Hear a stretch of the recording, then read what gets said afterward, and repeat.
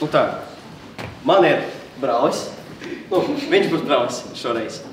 Un viņš ir jaunāks par mani apmēram par 3 gadiem. Un kopā mums nekad nav garlaicīgi, jo mēs esam ļoti dažādi. Jo man patīk matemātika un fizika, bet viņam ne ļoti. Es vairāk dziedu, bet viņš spēlē ģitāru. Un es esmu vecākais brālis, bet viņš jau ir augstāks par mani, jā. Un tā arī notiek dzīvē, ka dažreiz mūs joprojām sajauc, jo cilvēki domā, ka mēs esam līdzīgi.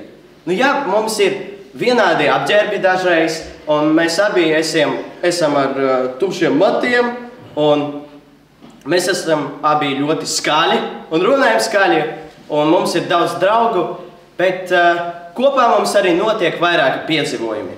Un par to es arī pastāstīšu. Reiz mēs braucam vakarā trolejbusā. Un pie mums piesēdies viens vīrs, nedaudz piecēries. Un viņš ļoti ilgi un vērīgi skaties, un tad pajautāja, vai jūs esat viņi?